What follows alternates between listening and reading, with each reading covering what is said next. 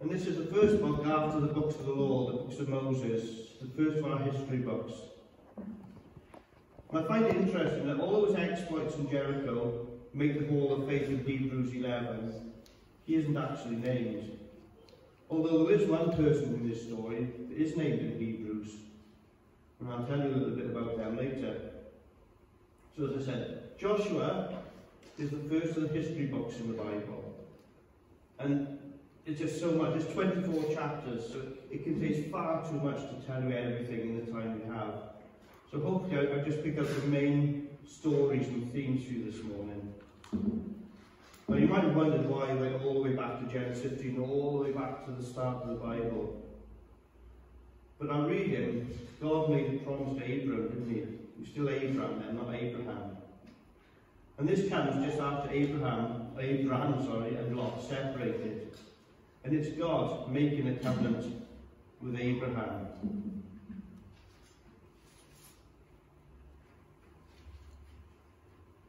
The covenant, or promise then, is that Abram's descendants will be given their own land much, much later on, nearly 500 years. And in the book of Joshua, we see the fulfillment of this promise. Now Joshua has now been made leader of God's people after the death of Moses.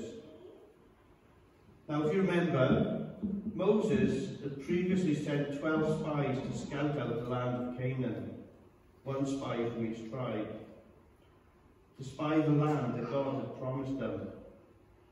However, when the spies returned, 10 of the 12 showed very little faith indeed, giving a very negative report.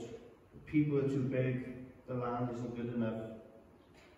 And sadly, the people as a whole were persuaded that they wouldn't be able to take the land. And because of this, the entire nation was made to wander in the desert for 40 years.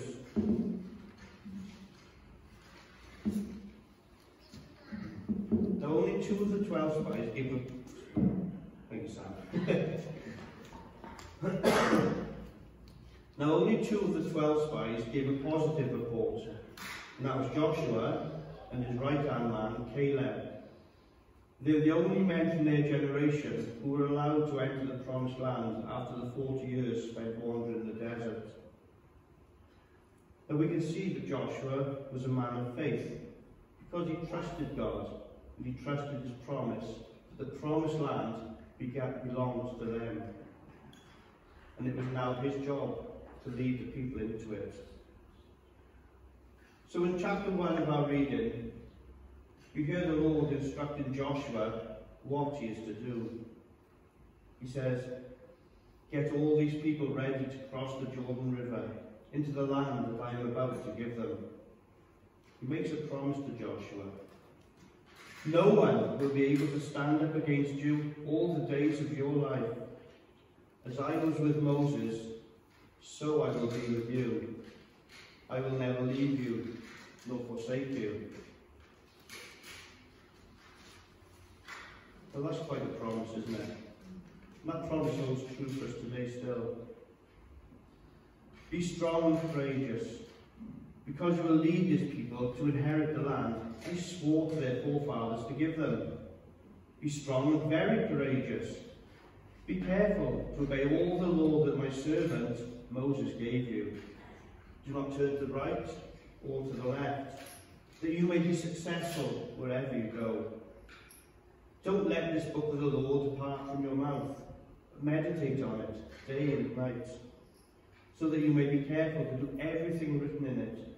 Then you will be prosperous and successful. Have I not commanded you? Again, be strong and courageous. Do not be terrified. Do not be discouraged, for the Lord your God will be with you wherever you go. So Joshua goes off to order his officers what to do. Now remember the thread that runs through the Bible. It's taken us from Abram to Joshua, from promise to fulfillment. The next thread points ahead towards the future. Beyond the Jordan River is a big city known as Jericho. Now Joshua just like Moses, secretly sends some spies over to get some strategic information. He sends 2 men. Why did he do it secretly though? Well, the last time the spies were sent, it didn't go very well, did it? And he didn't want the same thing to happen this time. So the spies entered the city and entered the house of a prostitute named Rahab, and they stayed there. Now that seems a strange place to stay, doesn't it? The house of a prostitute. There's some good reasons for this.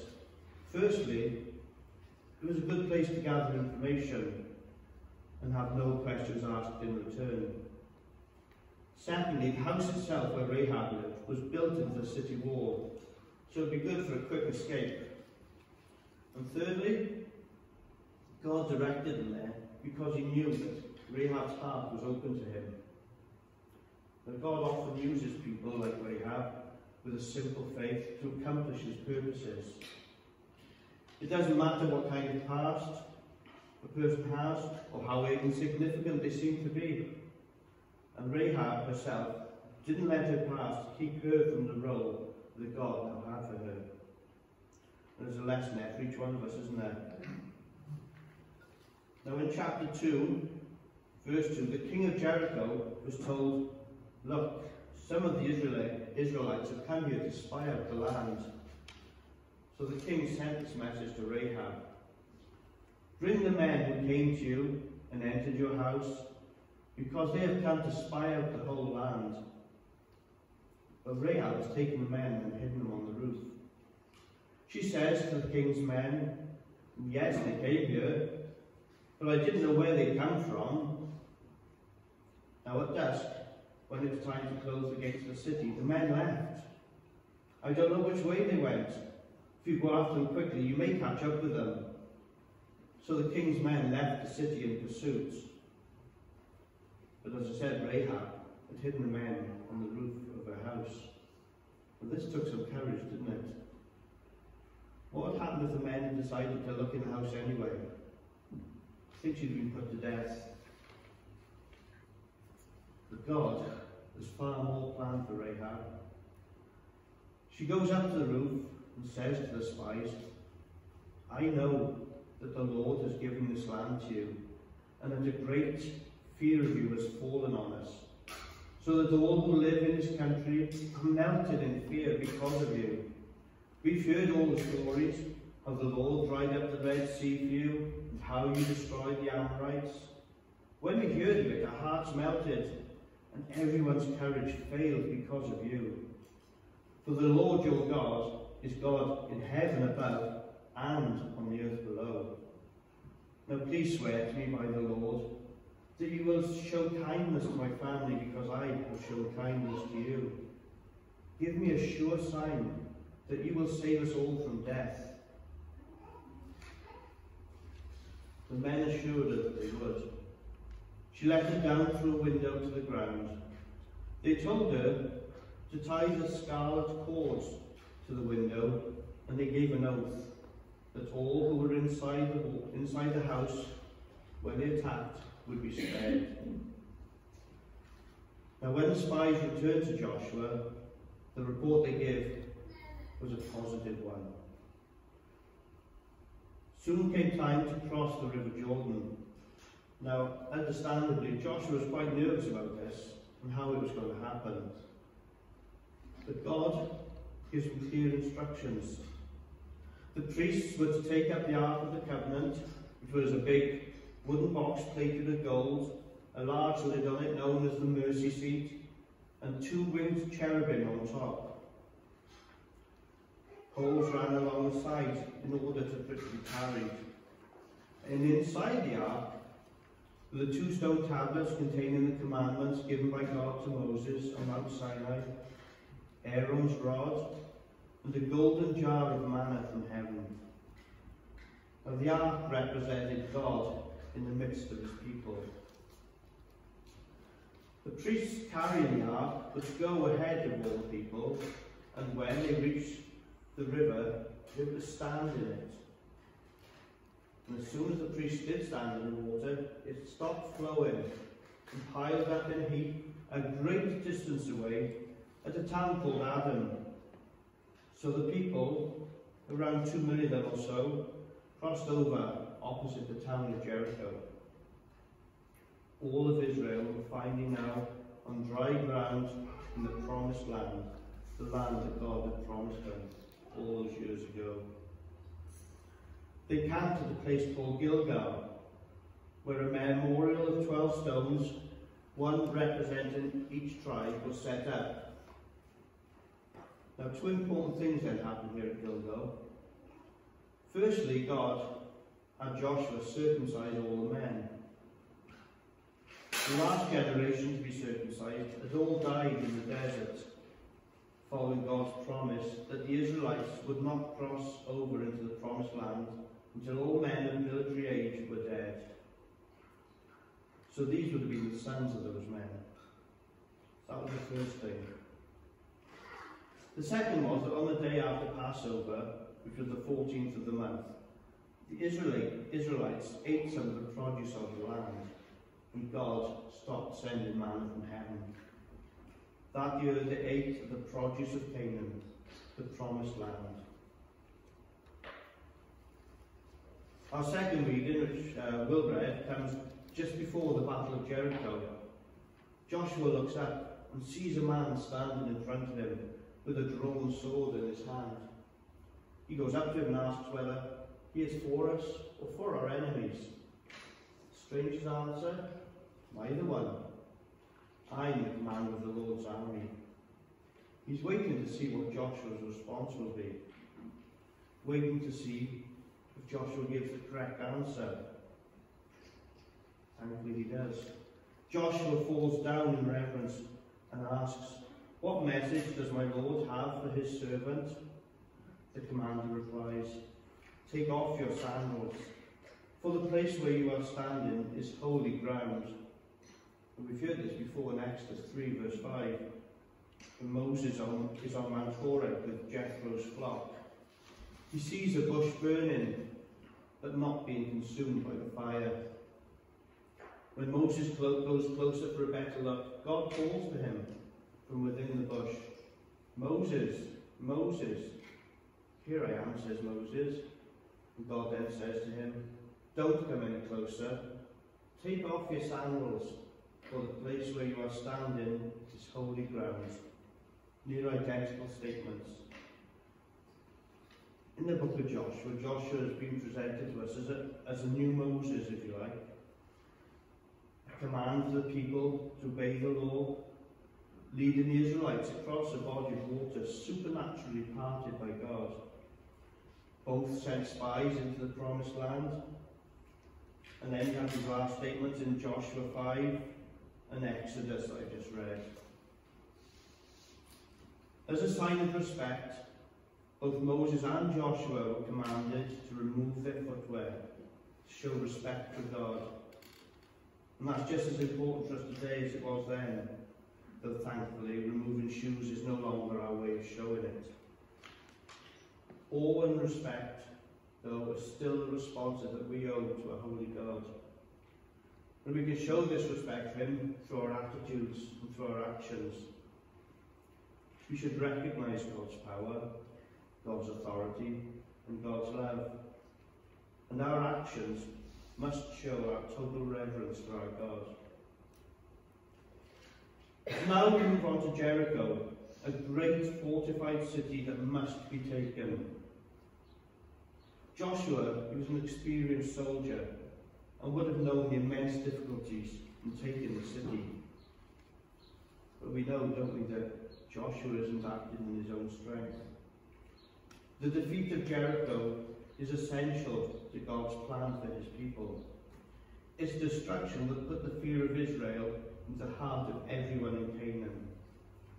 I'm just going to read quickly from Joshua 6, the account of the fall of Jericho. It's possible not everyone knows the exact story.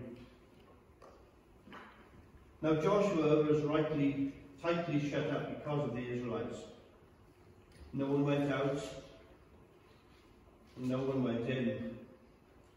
Then the Lord said to Joshua, "See, I have delivered Jericho into your hands, along with its king and its fighting men. This is what you to do. March around the city once, with all the armed men. Do this for 6 days. Make 7 priests carry trumpets of ram's horns in front of the ark. On the 7th day, march around the city 7 times, with the priests blowing their trumpets. When you hear them sound a long blast on the trumpets, make all of the people give a loud shout. Then the wall of the city will collapse, and the people will go up, every man straight in. So Joshua, the son of Nun, called the priests and said to them, take up the ark of the covenant of the Lord, and make 7 priests carry trumpets in front of it. And he ordered the people, advance, march around the city, with the armed guard going ahead of the ark of the Lord. When Joshua had spoken to the people, the 7 priests carrying 7 trumpets before the Lord went forward, blowing their trumpets, and the ark of the Lord's covenant followed them. The armed guard marched ahead of the priests who blew the trumpets, and the rear guard followed the ark. All this time the trumpets were sounding. But Joshua had commanded the people, do not give a war cry, do not raise your voices, do not say a word until I tell you to shout, and then shout. So he had the ark of the Lord carried around the city, circling it once. Then the people returned to camp and spent the day there. This happened for the next 6 days. On the 7th day, they got up at daybreak and marched around the city, 7 times in the same manner, except that on that day they circled the city 7 times. Now the 7th time around, when the priest sounded the trumpet blast, Joshua commanded the people, shout, for the Lord has given you the city. The city and all that is in it are to be devoted to the Lord. Only Rahab the prostitute and all who are with her in her house shall be spared, because she hid the spies we sent. But keep away from the devoted things, so that you will not bring about your own destruction by taking any of them. Otherwise, you will make the camp of Israel liable to destruction and bring trouble on it. All the silver and gold and the articles of bronze and iron are sacred to the Lord and must go into his treasury. When the trumpet sounded, the people shouted, and at the sound of the trumpet, when the people gave a loud shout, the wall collapsed. So every man charged straight in, and they took the city. They devoted the city to the Lord and destroyed with the sword every living thing in it, men and women, young and old, cattle, sheep and donkeys. Joshua said to the 2 men who had spied out the land, go into Rahab's house and bring her out, and all who belong to her, in accordance with your oath to her. So the young men who had done the spying went in and brought out Rahab, her father and mother and brothers, and all who belonged to her. They brought out her entire family and put them in a place outside the camp of Israel. Then they burned the whole city and everything in it. But they put the silver and gold and the articles of bronze and iron into the treasury of the Lord's house. But Joshua spared Rahab with her family and all who belonged to her, because she hid the men Joshua had sent to spy to Jericho, and she lives among the Israelites to this day. At that time, Joshua pronounced a solemn oath. Cursed before the Lord is the man who undertakes to rebuild the city Jericho. At the cost of his firstborn son will he lay its foundations. At the cost of the youngest will he set up its gates. So the Lord was with Joshua, and his fame spread throughout the land. Now, if you remember at the start, I told you that although Joshua isn't named in Hebrews, one character is, and that's Rahab, who saved the spies and has now been saved herself. Listen to this from Hebrews 11. By faith, the prostitute Rahab, because she welcomed the spies, was not killed with those who were disobedient. And God saved her for an even greater purpose than this, though. Listen to this in the Gospel of Matthew, chapter 1, verse 5. which is the genealogy of Jesus himself. Salmon, the father of Boaz, whose mother was Rahab. Boaz, Rahab's daughter, was married to Ruth. That's wrong, isn't it? Boaz is his son. Boaz, Rahab's son, was married to Ruth. Rahab is named in the line of Jesus Christ. She's no ordinary woman, was she? So Jericho was beaten. The Israelites have taken the city. Unfortunately, in the next city that they came to, a city called Ai, the Israelites' army retreated, defeated. Why is that? Well, the Israelites had been commanded to keep away from the devoted things, as all the silver and gold and articles of bronze was sacred to God. And if anything was taken, then the camp of Israel would be liable to destruction. There's always one who doesn't listen, isn't there? Always one who thinks, I'll get away with it.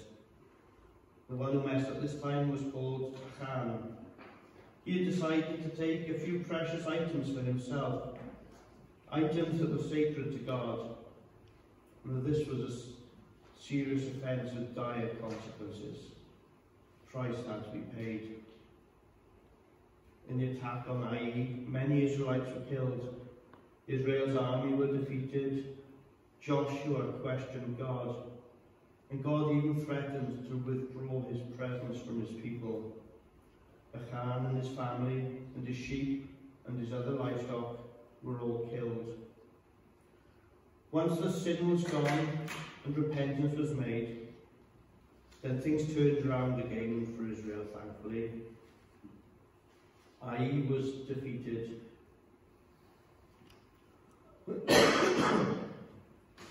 We're only as far as chapter 8 out of 24 chapters, and look how much has happened.